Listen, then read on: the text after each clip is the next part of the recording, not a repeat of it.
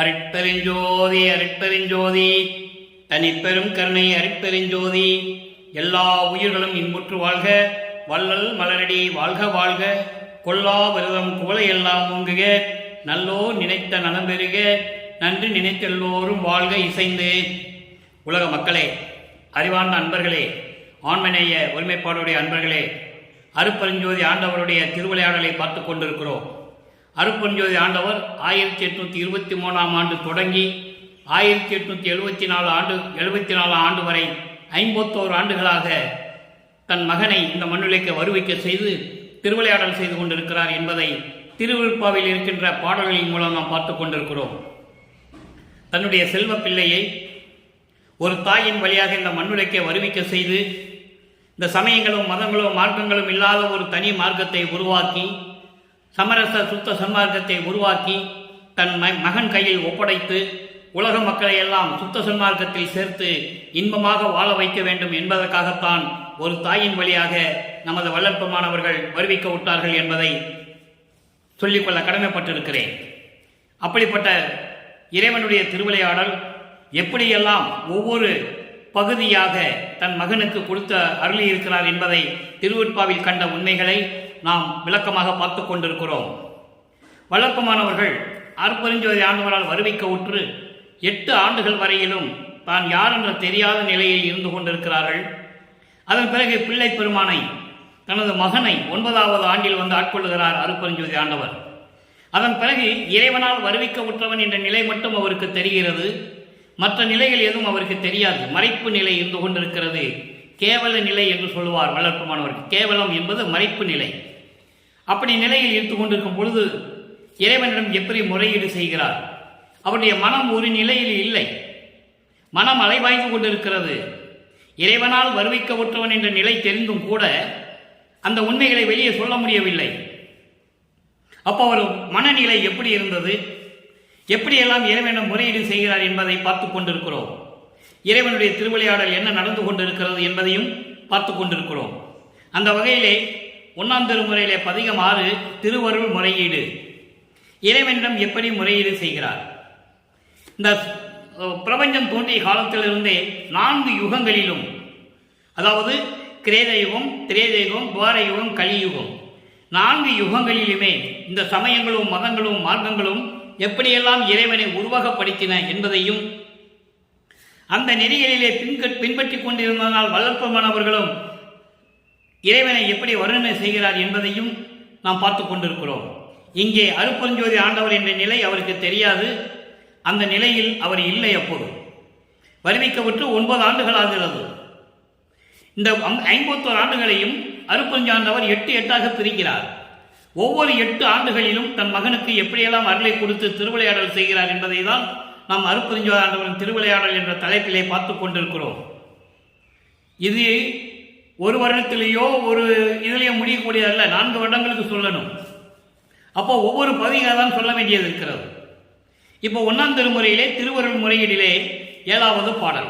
இதுவரைக்கும் 6 பாடல்களை அந்த பதிகத்திலே நாம் பார்த்திருக்கிறோம். எப்படியெல்லாம் இறைவனிடம் முறையீடு செய்கிறார் என்பதை. இப்போ இந்த பாடலில் பாருங்க, இறைவனை எப்படி உருவகப்படுத்துகிறார். ஏனென்றால் இந்த வேதங்களும் ஆகமங்களும் சமயங்களும் மதங்களும் மார்க்கங்களும் சிவபெருமானை எப்படியெல்லாம் உருவகப்படுத்தின என்பதை நமது பிள்ளை பெருமானவர்களும் தெரிவிக்கிறார்கள். விடையுடையாய் மறை மேலுடையாய் நதி மேவிய செஞ்சடையுடையாய் கொன்றை கரம் தாங்கும் மழு படவுடையாய் அருள் பண்புடையாய் பெண் பறவையின் மேல் நடையுடையாய் அருள் நாடுடையாய் பதம் நல்கவே. இது பாடல். சமயங்களும் மதங்களும் மார்க்கங்களும் இருந்த காலகட்டங்களில் நமது பிள்ளை பெருமானவர்களும் திருநீர் பூசிக் கொண்டிருந்தார், உத்திராட்ச மாலையை போட்டுக் கொண்டிருந்தார், கடுக்கானும் போட்டுக் கொண்டிருந்தார் என்பது உண்மை. அதன் பிறகு அது எப்படி நிலை மாறுகிறது என்பதும் உண்மை. இரண்டையும் நம்ம பார்க்கணும். இறைவனுடைய திருவிளையாடல் எப்படி நடந்து கொண்டிருக்கிறது. இப்போ பாருங்க, இறைவனை எப்படி சொல்றாரு? காலை வாகனம் உடைய இறைவன், வேதங்களுடைய விளக்கங்களுக்கெல்லாம் மேலான இறைவன், கங்கை நதியை சடையில் சூடிக்கொண்டிய இறைவன், கொன்றை மலர்களை மாலையாக தொடுத்து அணிந்து கொண்ட இறைவன், கையிலே ஆயுதத்தை சூலாயுதத்தை கொண்ட இறைவன், அருள் பண்புடையவன். அருள் பாங்கான நிலையில் இருக்கின்ற இறைவன் பெண் பறவையின் மேல் நடையுடையாய். பெண் பறவை என்பது பறவை நாச்சியார், சுந்தரனுடைய காதலி. சுந்தரன் பறவை நாச்சியாரின் மேல் காதல் கொண்டு பெண் கேட்க செல்லும்போது பறவை நாச்சியுடைய தந்தை மறுக்கிறான். பிச்சை எடுக்கிறவனுக்கு பெண்ணை தர முடியாது என்று சொல்லிவிட்டான். அதன் பிறகு சுந்தரன் இறைவனிடம் முறையிட்டு இறைவனை வரவழைத்து, நான் இனிமேல் பிச்சை எடுக்க மாட்டேன், நீதான் பிச்சை எடுத்து எனக்கு சோறு கொடுக்க வேண்டும். அது மட்டுமல்ல, பறவை நாச்சியார் என்ற பெண்ணிடம் நான் காதல் கொண்டேன், அந்த பறவை நாச்சியாருக்கு தூது போய் எனக்கு கல்யாணம் பண்ணி வைன்னு சொல்றான். அந்த பகுதியை அங்கே நடந்த திருவிளையாடலை இங்கே வல்லப்பெருமான் இறைவனிடம் சொல்லுகிறார். அதை திருவடி புகழ்ச்சியிலே சொல்லுவார். எழில் பறவை இசைய ஆரூர் மருகில் அருள் கொண்டு ரா முழுவதும் உலவும் பதம். பறவை நாச்சியாருக்கு தூது போறான் இறைவன், தியாகராஜ பெருமான் திருவாரூர்ல. அன்னைக்கு திருவாரூர்ல இருந்த தியாகராஜ பெருமான சுந்தரன் கூப்பிட்டு வந்து திருவொற்றியூர்ல உட்கார வச்சாப்புல. திருவொற்றியூர்ல வந்து சங்கிலி நாச்சியாரை கல்யாணம் பண்ணணும்னு சொல்லும் போது அதில் நடந்த விலைகள்லாம் நிறைய விளக்கங்கள் இருக்கிறது, அது வேண்டாம். திருவொற்றியூருக்கு வந்துட்டார் இப்போ. அப்போ பறவை நாச்சியாருக்காக திருவிளையாடல் செஞ்சதை இங்க சொல்றாரு வள்ளல் பெருமான். எழில் பறவை இசைய அழகான பறவை நாச்சியார் என்ற ஒரு பெண் விருப்பத்தை பெறுவதற்காக, சுந்தரன் தான் விரும்பிட்டானே, கல்யாணம் பண்ணி வைக்கணுமே. அப்போ அது விருப்பத்தை பெறுவதற்காக திருவாரூர் தெருவிலே இரவு முழுவதும் நடந்து கொண்டிருந்த பதம் என்று சொல்லுகிறார். எப்ப அந்த பொண்ணு வெளியே வரும், அந்த பெண்ணிட்ட எப்ப வந்து விருப்பத்தை கேட்கிறது? ஒரு நாள் இரவு முழுவதுமாக தெருவில் நடந்து கொண்டிருக்கிறார் இறைவன். அதை தான் இங்கே சொல்லுகிறார், பெண் பறவை மேல் நடையுடையாய். பறவை நாச்சியாருடைய விருப்பத்தை பெறுவதற்காக திருவாரூர் தெருவிலே நடந்து கொண்டிருந்த இறைவன் என்று சொல்லுகிறார். இது திருவடி புகழ்ச்சி 1ஆம் திருமுறையிலே உண்டு. அருள் நாடுடையாய், அருள் நாடுடைய அருள் ராஜ்யத்தை உடையவன், சிவராஜ்யத்தை உடையவன். அப்படிப்பட்ட இறைவனே பதம் நல்கவே, உன் திருவடியிலிருந்து அந்த இடத்தை எனக்கு கொடுப்பாயாக, எனக்கு அருளை கொடுப்பாயாக என்று சொல்லி இந்த பாடலின் மூலம் முறையீடு செய்கிறார். இப்போ அவர் திருவொற்றியூருக்கு போகல, தெரியாது அவருக்கு. அவர் ஒரு இடத்தில் இருந்து கொண்டு இறைவனிடம் முறையிடுகிறார். அப்போ இறைவனுடைய திருவிளையாடல் நடந்து கொண்டிருக்கிறது. மறைப்புக்கு தன் மகனுக்கு மறைப்பு நிலையை கொடுத்து கொண்டிருக்கிறார். இது ஒரு பக்கம் இருக்கட்டும். ஆண்டுகள் உருண்டோடுகின்றன. அடுத்து 2ஆம் திருமுறைக்கு வாங்க. ஒவ்வொரு திருமுறையிலும் ஒவ்வொரு பாடல் மூலியமாக தான் இறைவனுடைய திருவிளையாடலை சொல்ல முடியும். 2ஆம் திருமுறைக்கு வாங்க. பதிகம் 1 புண்ணிய விளக்கம். இப்போ இவருடைய மனநிலை ஒரு நிலையில் இல்லை. அப்போ அந்த மனதை கட்டுப்படுத்த வேண்டும். மனதிடம் சொல்லுகிறார், உள்ளத்திடம் சொல்லுகிறார், நெஞ்சை நீ பயப்படாதே, சிவாய நம என்று ஒரு மந்திரம் இருக்கிறது, அந்த மந்திரத்தை சொல்லி நீ திருநீறு பூசிக்கோ என்று உள்ளத்திடம் சொல்லுகிறார். அப்படி நிலைதான் அப்போ அவருக்கு இருந்தது. மனம் அலைவாய்ந்து கொண்டிருக்கிறது, மனம் ஒரு நிலையில் இல்லை.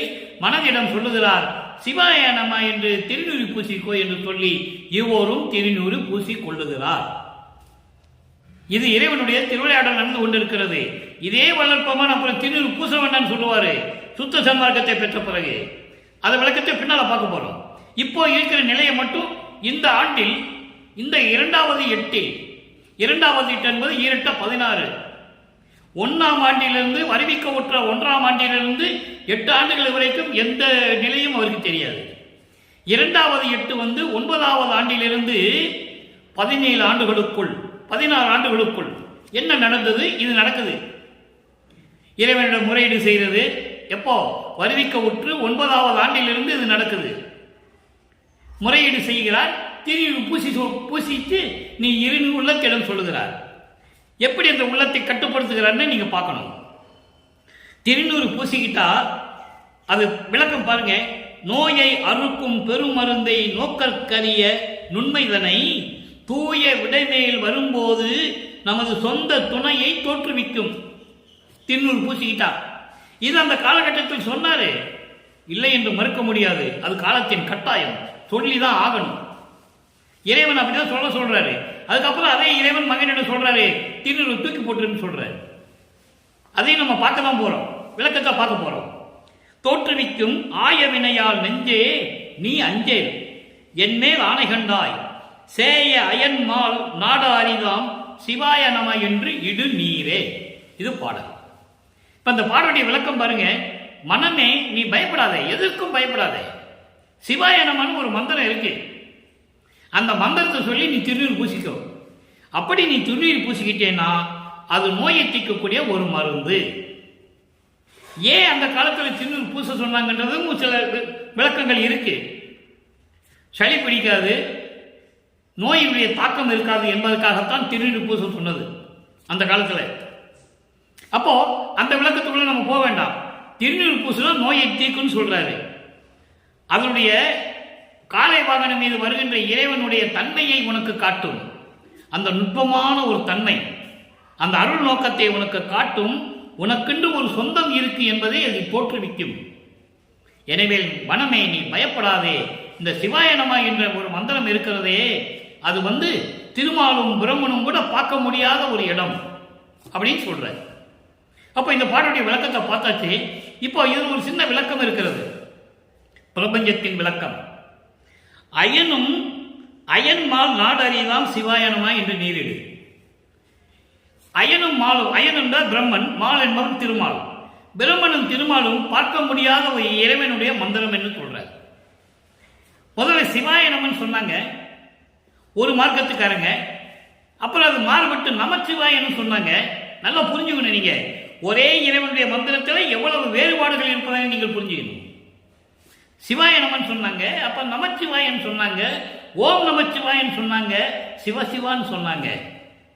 அதை விளக்க இருக்கிறது நம்ம தரப்போறோம். இப்போ பிரம்மனும் திருமாலும் பார்க்க முடியாத அப்படிப்பட்ட ஒரு சிவாயன மந்திரத்தை உடைய ஒரு இறைவன் அப்படின்னு சொல்றார். இதை வல்லப்பமானவர்கள் இதையும் குறிப்பிடுகிறார். பிரம்மனும் திருமாலும் பார்க்க முடியாத இறைவன் என்று சொல்லுவார்.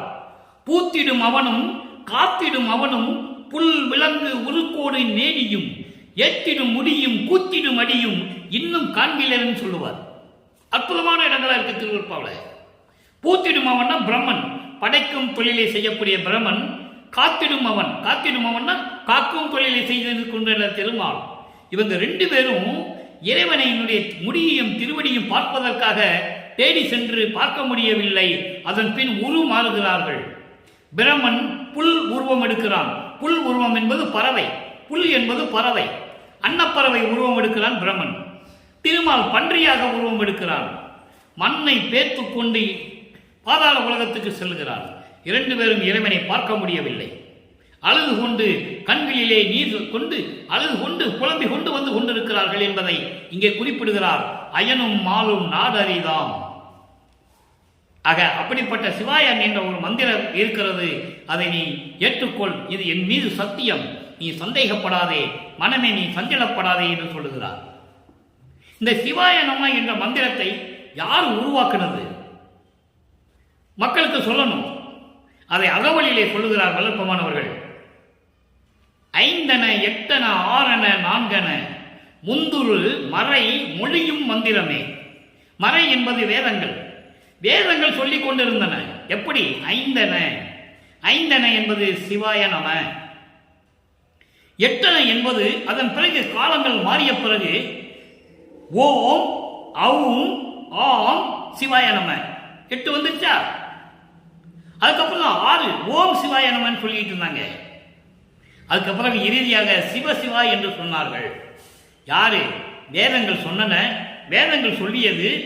அதன் பிறகு இந்த சமயங்களும் மதங்களும் மரங்களுடைய தலைவர்கள் சொன்னார்கள். இதுதான் அப்படின்னு சொன்னாங்க. வேதாந்தம் சொல்லிச்சு, சித்தாந்தம் சொல்லிச்சு. அப்போ அந்த நிலையில் இருப்பதை வல்லப்பமானும் அகவலில் கூறுகிறார். இப்படியெல்லாம் இறைவனை வேதங்கள் அழைத்துக் கொண்டிருந்தன, சொல்லிக் கொண்டிருந்தன. முன்னொரு காலத்தில்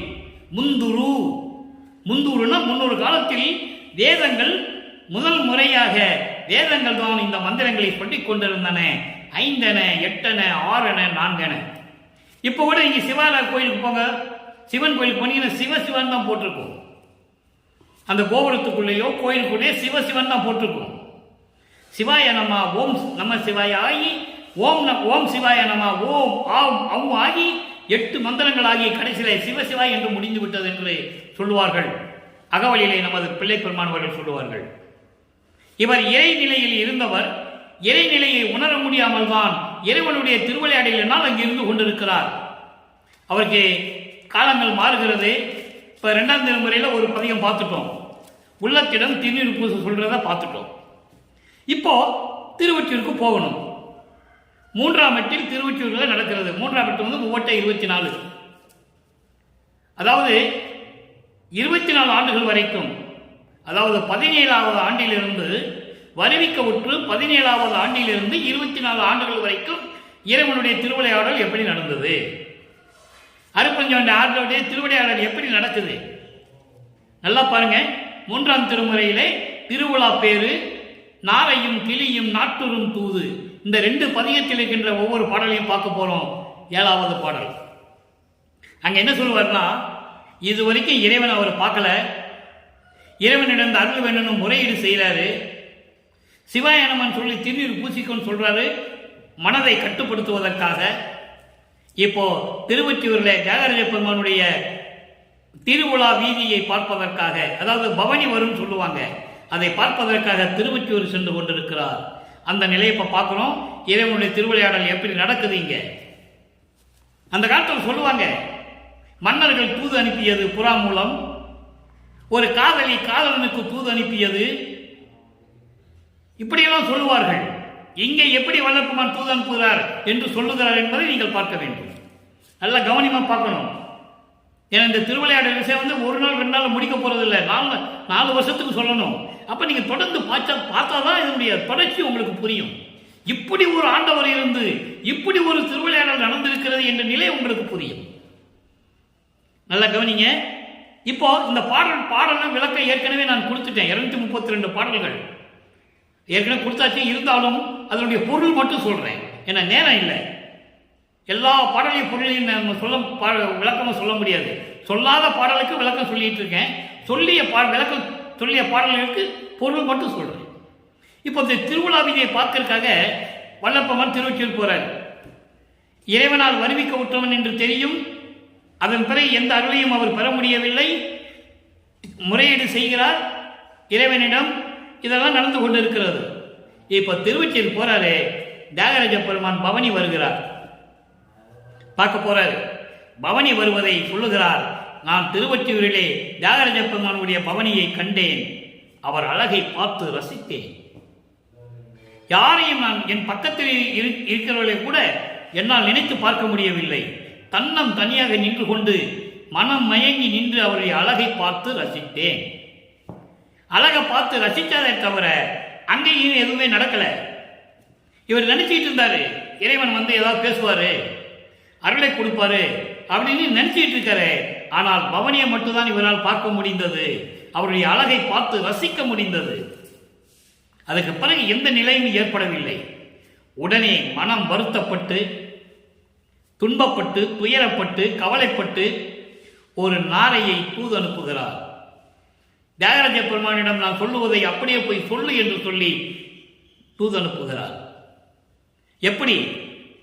தியாகராஜ பெருமானே, என்னுடைய தலைவி, அதாவது இவரை தலைவியாகவும் இறைவனை தலைவனாகவும் வர்ணனை செய்து சொல்லுவது. என்னுடைய தலைவி உன்னை பவனி வருவதை பார்த்ததிலிருந்து தூங்கவில்லை, நீராடவில்லை, துணி உடைகள் கூட மாற்றவில்லை, கூந்தலை சீவி முடியவில்லை, கூந்தலிலே பூசூடவில்லை, உறங்கவில்லை, உண்ணவில்லை, ஒரு இடத்தில் அவளால் இருக்க முடியவில்லை என்று போய் நீ அங்க போய் சொல்லு, தியாகராஜ பெருமான் போய் சொல்லுன்னு சொல்லி அனுப்புவார். இதனுடைய அர்த்தம் என்னன்னா, தன்னுடைய மனக்குமுறலை, மன துயரத்தை இறைவனால் வருவிக்க உற்றவன் என்று தெரிந்திருந்தும் கூட இறைவன் வந்து நமக்கு அருளை கொடுக்கவில்லை என்ற ஒரு ஆபந்தம், ஒரு வருத்தம், கவலை உலக மக்களுக்கு தெரிவிக்கிறார். உலக மக்களே, நான் இந்த நிலையில் இருந்து கொண்டிருந்தேன். அருட்பெருஞ்சோதி ஆண்டவர் இப்படியெல்லாம், அப்போ அருட்பெருஞ்சோதி ஆண்டவர் அவருக்கு தெரியாது, ஆனால் திருவிளையாடல் இறைவனால் நடக்கிறது மட்டும் தெரியும். அப்போ இப்படியெல்லாம் இறைவனுடைய திருவிளையாடல் நடந்து கொண்டிருக்கிறது. 3ஆம் திருமுறையிலே இறைவனுடைய பவனியை பார்க்கிறார், அழகை பார்த்து ரசித்துக் கொண்டிருக்கிறார். அதன் பிறகு இறைவன் வரவில்லை, அதன் மூலமாக நாரையையும் கிளிகளையும் தூது அனுப்புகிறார். அந்த நிலையெல்லாம் நம்ம பார்த்துட்டு இருக்கோம். சரி, இந்த நிலை மாறுகிறது. ஆண்டுகள் உருண்டு ஓடுகின்றன. இப்போ 3வது எட்டிலிருந்து 4வது எட்டுக்கு வரணும். 4 எட்டும் 32. 32 என்பது 25வது ஆண்டிலிருந்து 32 ஆண்டுகள் வரைக்கும், 33 ஆண்டுகள் என்று கூட எடுத்துக்கொள்ளலாம். இந்த 25ஆம் ஆண்டிலிருந்து 33 ஆண்டுகள் வரைக்கும் நடந்த இந்த 8 ஆண்டுகள், இடைப்பட்ட 8 ஆண்டுகளில் என்னென்ன இறைவனுடைய திருவிளையாடல் நடந்தது? அப்போ அவர் இறைவனை பார்த்தார். 4வது எட்டில் இருக்கும்போது 25வது ஆண்டிலிருந்து 34 ஆண்டுகளுக்கு இருக்கும்போது இறைவனுடைய காட்சியை பார்க்கிறார். இறைவன் இவருக்கு அருளை கொடுக்கிறார். என்ன அருளை கொடுக்கிறார்? 4வது திருமுறையில் இருக்கிறது சொல்லணும். அன்பு மாலை, அருட்பிரகாச மாலை, அது ரெண்டு ஏற்கனவே நம்ம விளக்கம் சொல்லியாச்சு. அன்பு மாலை ஒரு 31 பாடல், அருட்பிரகாச மாலை ஒரு 100 பாடல் நமது யூடியூப்ல விளக்கம் இருக்கு. இருந்தாலும் தேவைப்படும் போது நம்ம விளக்கம் சொல்லலாம். இப்போ 3வது திருமுறைக்கு தான் வரணும். பிரசாத மாலை. ஏன் இதை பெண்டிங்கில் நான் வச்சிருந்தேன்னா, ஏன் இதை பின்னால சொல்லலாம் அப்படின்னு நான் 3 வருஷத்துக்கு முன்னாலேயே திட்டம் போட்டது. இறைவன் கொடுத்ததான் நான் சொல்லிட்டு இருக்கேன். இறைவன் ஒவ்வொரு காலகட்டத்திலும் எந்தெந்த பதியத்துடைய விளக்கம் தர வேண்டும் என்ற நிலையில் தான் நான் யூடியூப்ல பேசிட்டு இருக்கேன் 3 வருஷமா. இந்த பிரசாத மாலை பெண்டிங்கில் தான் இருந்தது. விளக்கம் எழுதியாச்சு 3 வருஷத்துக்கு முன்னாலேயே. ஏன்னா 2ஆம் திருமுறையில புண்ணிய விளக்கத்தில் சிவாய நமன்னு சொல்லி திருநீர் பூச சொல்றார், மனதிடம் சொல்லுகிறார். அப்போ திருநீர் பூச சொன்னார்ல, அப்ப இறைவன் அதை வேண்டான்னு சொல்லணும்ல, மகன் கிட்ட சொல்றார். அந்த நிலையிலிருந்து பார்த்து கொண்டிருக்கிறோம். பிரசாத மாலை 7வது பாடல். பாடலை நல்லா கவனிங்க, அதான் விளக்கம் புரியும். விளக்கமும் நம்ம சொல்ல போறோம். பிரசாத மாலையில் சொல்றாரு, முத்தேவர் அழுக்காற்றில் மூழ்கியிட தனித்த முழுமணி போன்று ஒரு வடிவு என் முன் கொடு வந்து அருளி எத்தேவர் தமக்கும் மிக அரிய என்னும் மனப்பு. அதுக்கு முன்னால் இந்த பாடல் 6 பாடலை பார்த்திருக்கோம். இறைவன் வருவாரு, அங்க இருக்கின்றவர்களுக்கெல்லாம் திருநீர் பைய திறந்து திருநீர் கொடுத்துட்டு இருப்பாரு. இவரும் போய் திருநீர் கேட்பாரு. உடனே அவர் முகமலர்ந்து சிரிச்சிட்டு சொல்லுவாரு, மகனே இனிமே உனக்கு திருநீர் தேவையில்லைன்னு சொல்லி ஒரு அருள்மான பூவை கொடுப்பாரு. அது என்ன அருள்மான பூன்றது 6 திருமுறையை படிச்சிருந்தாலும் அந்த விளக்கம் தெரியும். இறைவனுடைய அருளால் இருந்தாலும் அந்த விளக்கத்தை சொல்ல முடியும். அப்போ ஒவ்வொரு பூவும் என்ன அருளை கொடுத்ததுன்றது நம்ம பார்த்துட்டு வந்திருக்கோம். 6 திருமுறை பார்த்தாச்சு.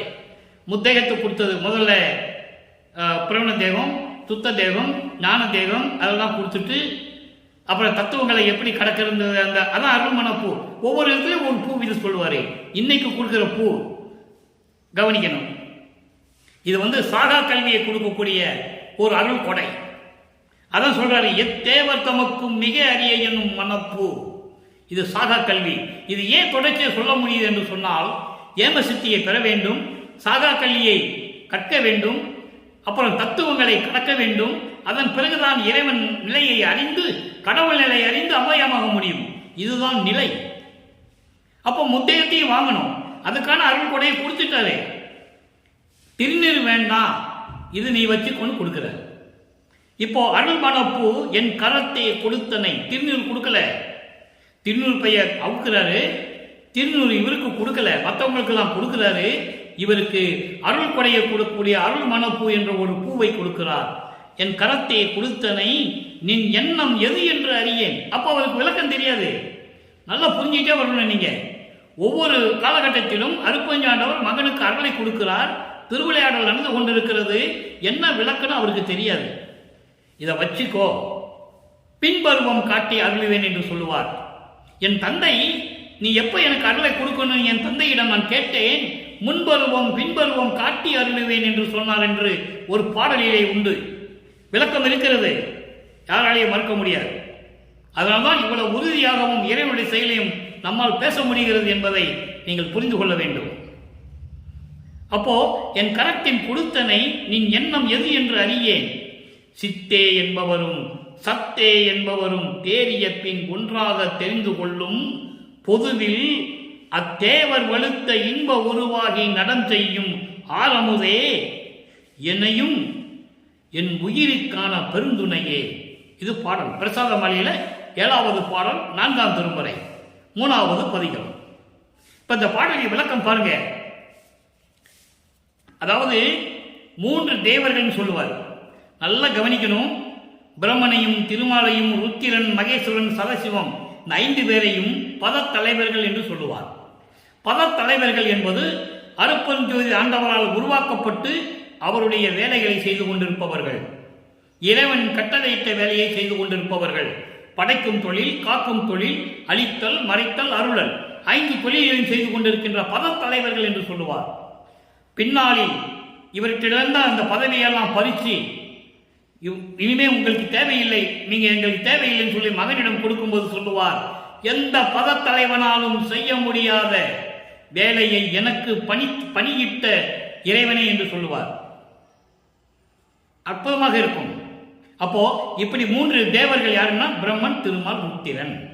இந்த 3 தேவர்களும் 3 தேவர்களாகிய பிரம்மன், திருமால், ருத்திரன் ஆகியோர் பொறாமை என்னும் கடலில் மூழ்கி கொண்டிருந்தார்கள். பொறாமை, என்னை பார்த்து பொறாமையில் இருந்து கொண்டிருந்தார்கள். ஏனென்றால் சாகா கல்வியை இவருக்கு மட்டும் கொடுக்க போகிறாரே என்று சொல்லி அதை 6ஆம் திருமுறையில் எப்படி சொல்கிறார் என்று பின்னால் விளக்க இருக்கு. இப்போ இப்படி 3 தேவர்களுக்கு பொறாமை என்னும் கடலில் மூழ்கியிட பொறாமையில் இருந்து கொண்டிருக்கிறார்கள். ஒப்பற்ற முழு மணி போன்ற ஒரு வடிவி எடுத்து அருள் தேகத்தோடு அருள் வடிவத்தோடு என் முன் வந்து அருளி எந்த தேவருக்கும் கிடைக்க அரிதான ஒரு அருள்மண பூ என்ற ஒரு அருள் கொடையை என்னிடம் கொடுத்தார். எத்தேவருக்கும் அரியது அது. தேவர்கள் எல்லாம் மற்றதெல்லாம் பெற்றிருக்கிறார்கள், முக்தி பெற்றிருக்கிறார்கள், தேகத்தை பெற்றுக் கொண்டிருந்திருக்கிறார்கள், இதெல்லாம் உண்டு. ஆனால் அரிய மனப்பூ சாகா கல்வி என்பது இந்த பிரபஞ்சத்திலேயே வல்லற்பமான ஒருவர் தான் அருட்பெருஞ்சோதி ஆண்டவர்கள் பெற்றுக்கொண்டார் என்பதை இங்கே நான் பதிவு செய்ய கடமைப்பட்டிருக்கிறேன். அதான் சொல்றாரு இங்கே, எத்தேவருக்கும் அரிய ஒரு அருள்மனப்பூ சாகா கல்வி. அந்த சாகா கல்வியை எனக்கு கொடுத்த இறைவனே, என் கையிலே கொடுத்தாய். இது உன்னுடைய உள்ளத்தில் என்ன நினைத்து கொடுத்தாய் என்று எனக்கு தெரியாது. உன் திருவுள்ளத்திலே இருப்பது எனக்கு தெரியாது. நீ எதற்காக கொடுத்தாய் என்ற விளக்கம் எனக்கு தெரியாது. ஆனால் கொடுத்து விட்டாய். அதோடு மட்டுமல்ல, இந்த சத்தர்களும் சக்திகளும், விண்ணுலகில் இருக்கின்ற சத்தர்களும் சித்து உடையவர்கள், நாங்கள் சத்து உடையவர் என்று சொல்லக்கூடிய சத்தர்களும் சித்திர்களும் எல்லாருமே அருள் பக்குவம் அடைந்து விட்டு ஒன்றாக சேர்ந்து கொண்டு வந்து உன்னை பொதுவிலே வணங்கி கொண்டிருக்கிறார்கள். பொது என்பது அம்பலத்திலே. அம்பலத்திலே தேவர்கள் எல்லாம் வணங்க இன்ப உருவாகி அருளடனம் செய்து கொண்டிருக்கின்ற ஆரமுதே, என் உயிருக்கு துணையான இறைவனே, இனிமையான இறைவனே என்று சொல்லி இந்த பாடலை நமக்கு அருளியிருக்கிறார்கள். ஆக திருநூறு கொடுக்கவில்லை, சாகா கல்வி பெறுவதற்காக அருள்மன பூ என்ற ஒரு அருள் கொடையை பெற்றுக்கொண்டார். இதை 6ஆம் திருமுறையிலே வல்லற்பமானவர்கள் தெளிவாக நமக்கு அருளியிருக்கிறார்கள். நல்லா கவனிங்க. என்றால் இந்த விளக்கங்கள்லாம் தர வேண்டும். சாகா கல்வியை கொடுக்கும்போது எல்லாமே பொறாமைப்பட்டு கொண்டிருந்தார்கள் என்று பிரசாத மாலையிலே 4ஆம் திருமுறையிலே சொல்லுகிறார். இப்போ 6ஆம் திருமுறையிலே என்ன சொல்லுகிறார்? சுத்த சன்மார்க்கத்தை பெற்ற பிறகு நாகாதிபனும் அயனும் மாலும் நறுமுறும் எனவே, இந்த நறுமுறும் எனவே தான் இங்கே சொல்றாரு, அழுக்காற்றில் மூழ்கியிட என்று சொல்லுகிறார். அழுக்காறு என்பது பொறாமை. அந்த பொறாமையை இங்க நறுமுறுன்னு சொல்லுவாரு. நறுமுறுன்னா கோபத்தில் பல்ல கட்டிட்டு இருக்கிறாங்க. நமக்கு கிடைக்காத சாக கல்வி, நம்ம இத்தனை யுகங்களாக 5 தொழில்களை செய்து கொண்டிருந்தோம், நமக்கு கிடைக்காத சாகா கல்வி தன் மகனுக்கு கொடுக்கிறாரே என்று சொல்லி ஆதங்கப்பட்டு கொண்டு பற்களை நறு கடித்து கொண்டு கோபத்தோடு பொறாமையோடு நின்று கொண்டிருக்கிறார்கள். யார்? நாகாதீபனும் அயனும் மாலும். நாகாதீபன் என்றால் இந்திரனும் பிரம்மனும் திருமாலும் நறுமருமெனவே கோபப்பட்டு கொண்டிருக்கும் போது எனக்கு ஞான அமுதம் அளித்தாய். நானும் உண்டு துண்ணதே, நானும் உன்னுடைய ஞான அமுதத்தை அறிந்துவிட்டு இருக்கும்போது சாகா கலையை எனக்கு பயிற்று தந்த தயவையே சாற்றுவதற்கு அரிது. அப்போ இறைவனுடைய ஞான அமுதம், அருள் அமுதம் பெற்றால்தான் சாகா கல்வியை கற்கற்கு தகுதியானவன் என்பதை இங்கே சொல்லுகிறார். அதை நீங்க புரிஞ்சுக்கணும். அப்படிப்பட்ட நிலையில் இருக்கும்போது நான் உனக்கு என்ன கொடுப்பது? ஏதும் வியவையே, நீ எதுவும் விரும்ப மாட்டேன்கிறாய், எதுவும் என்னிடம் கேட்க மாட்டேன்றாய், நான் என்ன கைமாறு செய்ய போகிறேன் என்று கேட்டாலும் கூட நீ என் மகனாச்சப்பா, எனக்கு எதுக்கு கைமாறு செய்யணும் என்று சொல்லுகிறாய் என்று ஒரு பாடலிலே சொல்லுவார். கைமாறு இன்மை என்ற ஒரு பதிகம் உண்டு 6ஆம் திருமுறையிலே. அங்கே சொல்லுவார், இவர் கேட்பாரு, இவ்வளவு அருமையை எனக்கு கொடுத்துட்டியே, நான் உனக்கு என்ன கொடுக்கறது, உனக்கு என்ன கைமாறு செய்ய போறேன்னு கேட்கும்போது அவர் சொல்லுவாரு, நீ என் மகன் அல்லவா, நீ எதுக்கு எனக்கு கைமாறு செய்யணும்? நீ செய்ய வேண்டிய ஒரே கைமாறு என்னவென்றால், நீ எனக்கு செய்ய வேண்டிய கடமை என்னவென்றால், உலக மக்களை எல்லாம் சுத்த சன்மார்க்கத்தில் சேர்த்து இந்த பிரபஞ்சத்தை நீ இயக்க வேண்டும், 5 தொழிலையும் செய்து கொண்டு இந்த பிரபஞ்சத்தை நீ இயக்க வேண்டும் என்று சொல்லுவார். நீ என் மகன் அல்லவா, மகனுக்கு தந்தை செய்யும் போது மகன் எதுக்கு கைமாறு செய்ய வேண்டும், கடமையை செய்ய வேண்டும் என்று சொல்லுவார். அதைதான் இங்கே சொல்லுகிறார், சாதா கல்வியை பயிற்று தந்த தயவையே சாற்றதுக்கரிது, எனக்கு என்ன செய்வது, உனக்கு என்ன கொடுப்பது, நீ எதையும் விரும்ப மாட்டேன் சொல்லி இந்த பாடலை நாம் கருளியிருக்கிறார்கள். இப்போ 4ஆம் திருமுறை வரைக்கும் நம்ம பார்த்தாச்சு. திருநூறு பூச சொன்னவர், மனதிடம் சொன்னவர், இப்போ இறைவன் எனக்கு வேண்டான்னு சொல்லிட்டு இந்த அருளையெல்லாம் கொடுத்துக்கிட்டு இருக்காருன்னு சொல்றாரு. அப்போ இன்னும் சுத்த சன்மார்க்கம் வாங்கல, இப்பதான் வாங்க போறாரு. கவனிங்க, பதிவிலக்கம் 6ஆம் திருமுறை பதிவிலக்கம் பதிகம் 4 7வது பாடல். இறைவன் எப்படிப்பட்ட இறைவன்? அங்கே இறைவன் எப்படி சொல்லுவாரு? சமயங்களையும் மதங்களையும் மார்க்கங்களையும் சார்ந்திருந்த போது கங்கையை வச்ச இறைவன், பிறை சந்திரனை சூடிய இறைவன், கையில சூலாயுதம் வச்சுக்கிட்டு இருந்த இறைவன், ஒரு பக்கம் ஒரு பெண்ணை வச்சுக்கிட்டு இருந்த இறைவன் எல்லாம் சொல்லுவார். ஏன்னா வேதங்களும் சமயங்களும் மதங்களும் மார்க்கங்களும் இந்த பிரபஞ்சம் தோன்றிய காலத்திலிருந்தே 4 யுகங்களிலும் அப்படிதானே சொல்லிக்கிட்டு இருக்கு. இப்பவும் அதான் சொல்லிட்டு இருக்காங்க. அந்த நிலை மாறுகிறது. 6ஆம் திருமுறை பாருங்க, திருவருள் விளைதல். 1ஆம் திருமுறையில எப்படி இறைவனிடம் அருள் வேண்டும் என்று முறையிட்டார், அது வேறு. 6ஆம் திருமுறையில கேட்கிறார் பாருங்க, 7வது பாடல் பதிகம் 13, திருவருள் விளைதல். இனிய நற்றாயின் இனிய என் அரசே, என் இரு கண்ணினுள் மணியே, கனியென இனிக்கும் கருணை ஆரமுதே. இறைவனை எப்படி சொல்றாரு பாருங்க. உருவகப்படுத்தினாரா? இல்லை. கையில வேலாயுதம் சூலாயுதம் வச்சிருக்காருன்னு சொன்னாரா? இல்லை. தலையில கங்கையை வச்சிருந்தாரு, பிறைசந்தனை சூடினாருன்னு சொன்னாரா? இல்லை. அப்ப இறைவனுடைய திருவிளையாடல் இதுக்கு முன்னால் நடந்ததை இப்ப தெளிவுபடுத்துகிறார். கனக அம்பலத்து உறும் களிப்பே, துணி உறும் மனமும் சோம்புறும் உணர்வும் சோர்வுறு முகமும் கொண்டு அடியேன் தனி உளம் கலங்கள் அழகதோ, என்னைத்தான் தந்த, நல்ல கவனிக்கணும், என்னைத்தான் தந்த தந்தையே நீ அலையோ. இறைவன் எப்படி சொல்றாரு? நல்ல தாய் உள்ளம் கொண்ட, அன்பு உள்ளம் கொண்ட தாயை விட மேன்மையான என்னுடைய அரசனே, என் தந்தையே, என் இரு கண்மணிகள் என் கண்ணுக்குள் இருக்கின்ற இறைவனே, கனி என இனிக்கும் கருணை ஆரமுதே. கனி என இனிக்கும், தித்திக்கின்ற, அதாவது அருள் வல்லமை கொண்ட, இதை சுத்த சன்மார்க்க விளக்கம். கனி என இனிக்கும் என்பது அருள் வல்லமை கொண்ட கருணை ஆரமுதே, அமுது போன்ற இறைவனே, கனக அம்பலத்து உறும் களிப்பே.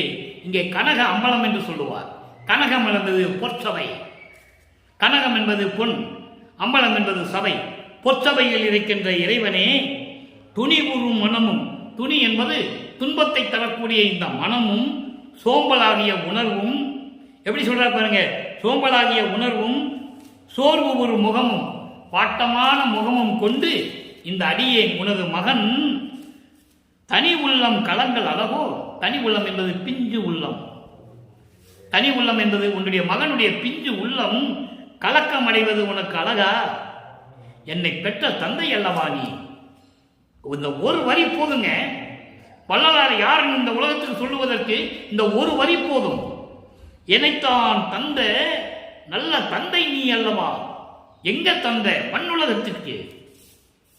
மின்னுலகத்தில் இருந்த செல்வ பிள்ளையாக இருந்த என்னை ஒரு தாயின் வழியாக இந்த மண்ணுலகிற்கு தந்த தந்தை அல்லவா நீ. நீ நல்ல தந்தை அல்லவா என்று சொல்லுவார். இதையே ஒரு பாடலிலே சொல்லுவார்.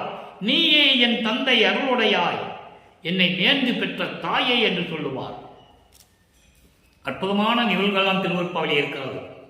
இப்போ திருவருள் முறையீடு முடிஞ்சிடுச்சு.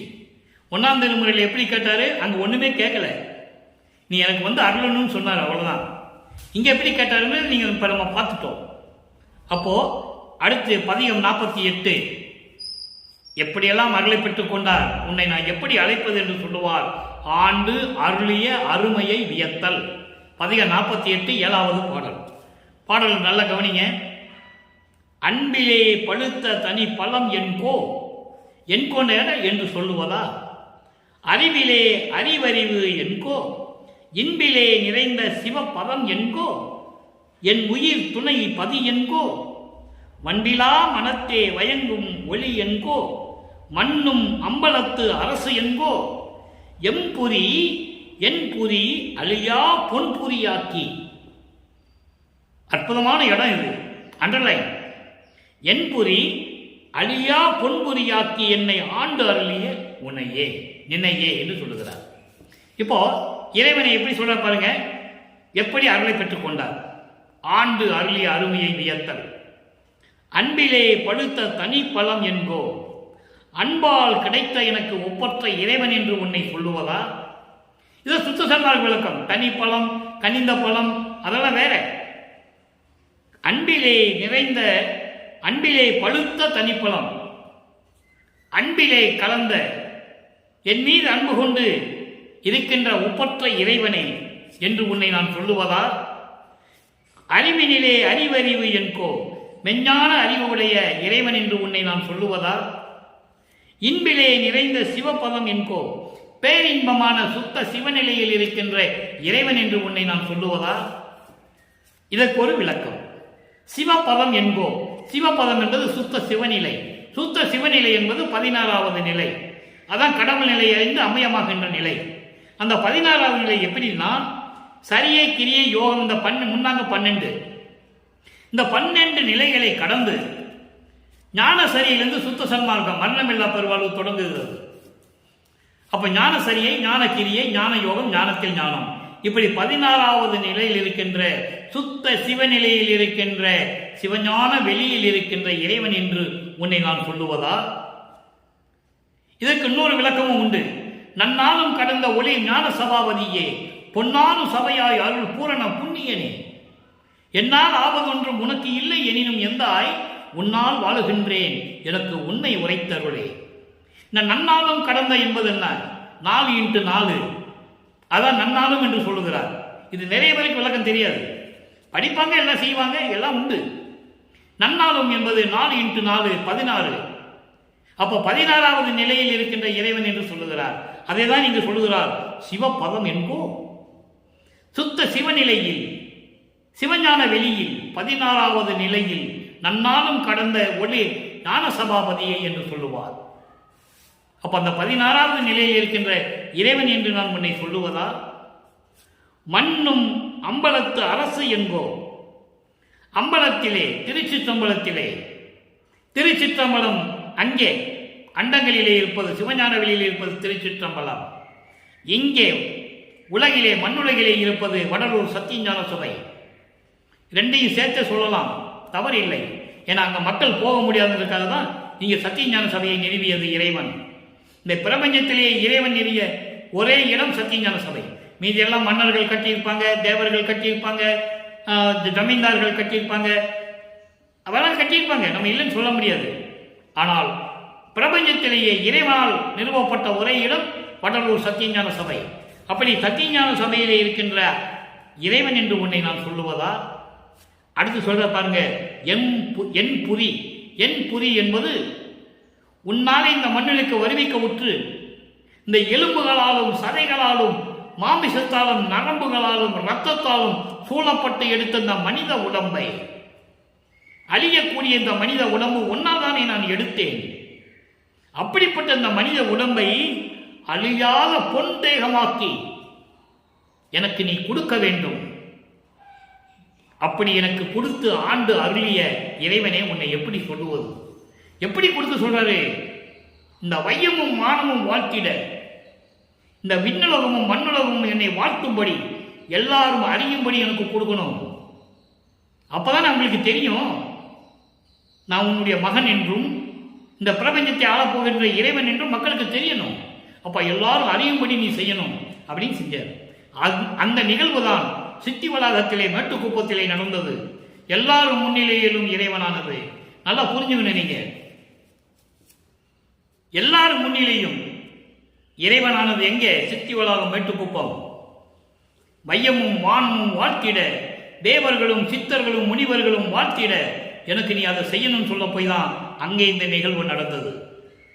அப்போ என்புரி அழியா பொன்புரியாக்கி என்னை ஆண்டு அருளிய உன்னை நான் எப்படி சொல்லுவது, எப்படி சொல்லுவது என்று கேட்கிறார் தந்தையிடம். இவ்வளவு நிகழ்வுகள் இறைவனுடைய திருவிளையாடல் நடந்து கொண்டிருக்கிறது. அதை தான் நாம் படிப்படியாக பார்த்து கொண்டிருக்கிறோம். இன்று நாம் பார்த்த இறைவனுடைய செயல்கள், இறைவனுடைய திருவிளையாடல் உங்களுக்கு புரிஞ்சிருக்கும். ஏன் மகனை சமயங்களிலும் மதங்களிலும் மார்க்கங்களிலும் இருக்க வச்சாரு, அப்புறம் அதை ஏன் வேண்டான்னு சொன்னார், அதுக்கு ஒரு சின்ன விளக்கம் கொடுத்து முடிக்கலாம் என்று இருக்கிறேன். இது பொதுப்படையான விளக்கம். எப்படி என்றால், ஒரு செயலை, ஒரு நிகழ்வை உலக மக்களுக்கு தெரியப்படுத்த வேண்டும். அப்போ இப்ப சமயங்களும் மதங்களும் மார்க்கங்களும் இல்லாத ஒரு தனி மார்க்கத்தை இறைவன் உருவாக்கி விட்டார். அருட்பெருஞ்சோதி ஆண்டவர் சுத்த சன்மார்க்கத்தை உருவாக்கி விட்டார். அந்த சுத்த சன்மார்க்கத்தை தன் மகனிடம் கொடுக்க வேண்டும் என்பதற்காக ஒரு மகனை ஒரு தாயின் வழியாக மண்ணுலக்கு வருவிக்க செய்தார். வருவிக்கு விட்ட பிறகு சுத்த சன்மார்க்கத்தை உலக மக்களுக்கு சொல்ல வேண்டும் என்றால், ஏற்கனவே பிரபஞ்சம் தோன்றிய காலத்திலிருந்து 43,24,000 ஆண்டுகள் வரைக்கும் மக்கள் இதை அனுபவித்து விட்டார்கள். சமயங்களிலும் மதங்களிலும் மார்க்கங்களிலும் இருந்து கொண்டு எப்படியெல்லாம் இறைவனை வழிபட்டார்கள் சமயத்துக்காரர்கள் என்பதையும், மதத்தை சார்ந்தவர்களும் மார்க்கங்களை சார்ந்தவர்களும் எப்படியெல்லாம் இருந்தார்கள் என்பதையும் எல்லாருக்குமே தெரிஞ்சு போச்சு. அப்போ அதை வேண்டான்னு சொல்லணும். வேண்டான்னு சொல்லணும்னா தன் மகனை அங்கே இருக்க வைக்கணும். இருக்க வச்சு அதில் ஒன்றும் இல்லைப்பா, நானும் பார்த்துட்டேன், இது இறைவனுக்கு சம்மதம் இல்லை. ஏனென்றால் அதைத்தான் அகவலிலே சொல்லுகிறார். சாதியும் மதமும் சமயமும் பொய்யென ஆதியில் உணர்த்தி அருட்பெருஞ்சோதி. சாதி மதமும் சமயமும் காணா ஆதியனாதையாம் அருட்பெருஞ்சோதி. இது அகவல்ல வரும். ஞானசரியில வரும். பொறித்த மதம் சமயம் எல்லாம் பொய் பொய்யே, அவற்றில் புகுதாதி. சிவம் ஒன்றே பொருள் என கண்டறிவின். பொருள் என்பது கடவுள், சிவம் என்பது அருட்பெருஞ்சோதி. சிவன் வேறு, சிவம் வேறு, ஞானம் வேறு, மெஞ்ஞானம் வேறு. ஞானம் அடைந்தவர்கள் கோடான கோடி பேர்கள் இருக்கிறார்கள் பிரபஞ்சத்தில். ஆனால் மெஞ்ஞானம் அடைந்தவர்கள் யாரும் இல்லை. மெஞ்ஞானம் என்பது முக்காலத்தையும் உணர்ந்தவன், அவன் தான் மெஞ்ஞானம் கொண்டவன். எல்லாம் ஞானம் பெற்றார்கள், இல்லைன்னு சொல்ல முடியாது. ஆனால் மெஞ்ஞானம் கொண்டவர் வல்லப்பெருமான் ஒருவர் தான் என்பதை இங்கே நான் பதிவு செய்ய கடமைப்பட்டிருக்கிறேன். அப்போ அந்த நிலையில் இருக்கும்போது மகனை இங்கே இருக்க வைக்கணும். இருக்க வச்சு இவரையும் திருநூறு பூச வச்சு, உத்திராட்ச மாலையை போட வச்சு, கடுக்கான போட வச்சு, சமயங்களையும் மதங்களையும் மார்க்கங்களுடைய நெறிகளையும் கடைபிடிக்க வச்சு, அப்புறம் இது வேண்டான்னு சொல்லணும். அதுக்கு தான் பிரசாத மாலை. திருநூறு பை வைத்து இனிமே உனக்கு திருநூறு வேண்டான்னு சொல்றாரு இறைவன். அப்போ அது இறைவனுடைய திருவிளையாடல். வல்லப்பமானவர்கள் விரும்பி இருந்தது இல்லை, விரும்பி இருந்ததில்லை என்பதை பின்னாலே பாடல்களை கூறியிருக்கிறார்கள். நம்ம பார்க்க தான் போறோம். இங்கே பேசக்கூடிய கருத்துக்கள், உண்மைகள் அத்தனையுமே திருவிற்பாவில் கண்ட உண்மைகள். என் கருத்து ஒரு கருத்து கூட சொந்த கருத்து கிடையாது. யார் எப்ப கேள்வி கேட்டாலும் சந்தேகங்களை விளக்கக்கூடிய நிலையில் நான் இருந்து கொண்டிருக்கிறேன். அதில் எந்த விதமான மாற்றம் கிடையாது.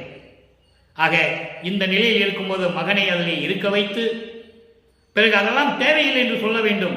அதை தான் பேருபதேசத்திலே சொன்னார்கள் வல்லப்பமானவர்கள். அப்பெல்லாம் ஒரு எல்லாரையும் பெற்றுக்கொண்டார். அருட்பெருஞ்சோதியோட 2 கலக்கணும். அந்த ஒரு நிலை தான் நிற்குது. அந்த திருவிளையாடல நம்ம கடைசியில் பார்க்க போறோம். ரொம்ப அற்புதமா இருக்கும். எல்லாத்தையும் ஒரே நாள்ல சொல்ல முடியாது இல்லையா? 4 வருஷத்துல சொல்ல வேண்டியது ஒரு நாள்ல சொல்ல முடியுமா? முடியாது. ஆனா அப்பப்போ விளக்கத்தை சொல்லலாம். பேருபதேசம் சொல்லும்போது, பேருபதேசம் பண்ணும்போது, கொடி ஏற்றிட்டு பேருபதேசம் பண்ணும்போது சொல்றாரு, நான் சமயங்களிலும் மதங்களிலும் மார்க்கங்களிலும் எவ்வளவு பற்று கொண்டு இருந்தேன் என்பது எல்லாருக்கும் தெரியும். ஏன்னா எனக்கு அப்போ அற்ப அறிவாக இருந்தது. அற்ப அறிவு என்பது எனக்கு மறைப்பு நிலை இருந்தது என்று பொருள். அதுக்காக அவருக்கு அறிவு இல்லாமல் இல்லை. நல்லா புரிஞ்சுக்கணும். நீங்க அந்த மறைப்பு நிலை இருந்தது. அதை விட்டுட்டு வந்த பிறகுதான் எனக்கு எல்லா லாபமும் கிடைச்சது. அங்க இருக்கிற வரைக்கும் ஒண்ணுமே இல்லை. அதனால உலக மக்களே உனக்கு அது தேவையில்லைன்னு சொல்றாரு. அப்பா சொல்றாரு, பிள்ளை சொல்றாரு, அவ்வளவுதான். இது இறைவனுடைய திருவிளையாடல். இப்படியெல்லாம் இறைவனுடைய திருவிளையாடல் நடந்து கொண்டிருந்தது. இறுதியாக தன் மகனை இறைவனாக்கினார். மகனோடு இவர் போய் 2 கலந்து கொண்டார். நல்லா புரிஞ்சுக்கணும். நீங்கள் இவர் போகலை, அவர் தான் வராரு. ஏன்னா கான்செப்ட் முடியணும் இல்லை. எதுக்காக இந்த 51 வருஷம் திருவிளையாடல் நடந்தது என்பதை முடிவுக்கு கொண்டு வர வேண்டும். அந்த முடிவான நிலைதான் அருட்பெருஞ்சோதி ஆண்டவர் தன் மகனோடு 2 கலந்து இறைவனானது. எனவே அன்பர்களே, அப்படிப்பட்ட இறைவனை நாம் வணங்க வேண்டும். சுத்த சன்மார்க்கத்தில் இருக்க வேண்டும். அதான் ரொம்ப முக்கியமானது. சுத்த சன்மார்க்கத்தில் இருக்கணும்னா கொலையும் புலையும் தவிர்த்திருக்க வேண்டும். உயிர்களை கொலை செய்வது, உயிர்களை கொலை செய்த அந்த பிண்டத்தை உணவாக எடுத்துக்கொள்வது, இந்த நிலையிலிருந்து மாற வேண்டும். அப்பதான் இறைவனுடைய அருள் கிடைக்கும்னு சொல்றாரு. கொல்லா வெள்ளம் தன்னை கொல்லாரை காணில் ஒரு புல் என எண்ணி புறமொழிகை என்று சொல்லுவார். புற இனத்தார் என்று சொல்லுவார். கொலையும் புலையும் தவிர்க்காதவர்களை புற இனத்தார் என்று சொல்லுவார். அவங்க பசின்னு வந்தா சோறு மட்டும் போட்டு அனுப்பிடு, அவனுக்கு எந்த உதவியும் பண்ணாத, அருளை கொடுக்காதன்னு எங்க அப்பா அருட்பெருஞ்சோதி எனக்கு சொல்லிட்டாருன்னு சொல்லி ஒரு பாடலிலே சொல்லுவார். எனவே அப்படிப்பட்ட இறைவனை வணங்கும் போது கொலையும் குலையும் தவிர்த்து சைவ நெறியில் இருந்து கொண்டு உருவ வழிபாடு இல்லாமல் ஜோதி வழிபாடு செய்து அருட்பெருஞ்சோதி அருட்பெருஞ்சோதி தனிப்பெருங்கனை அருட்பெருஞ்சோதி மகாமந்திரத்தை சொல்லி இறைவனை வேண்டி இறைவனிடமிருந்து எல்லா அருளையும் செல்வங்களையும் பெற்றுக்கொண்டு இந்த வையகத்திலே நீங்கள் வாழ்வாங்க வாழ இறைவனோட தயவோடையும் கருணையோடையும் வாழ்த்து விடைபெறுகிறேன். இந்த வள்ளலார் ஊழியன். மீண்டும் அருட்பெருஞ்சோதி ஆண்டவருடைய திருவிளையாடலில் சந்திப்போம். நாளை சந்திப்போம். நன்றி, வணக்கம். அருட்பெருஞ்சோதி அருட்பெருஞ்சோதி தனிப்பெரும் கருணை அருட்பெருஞ்சோதி.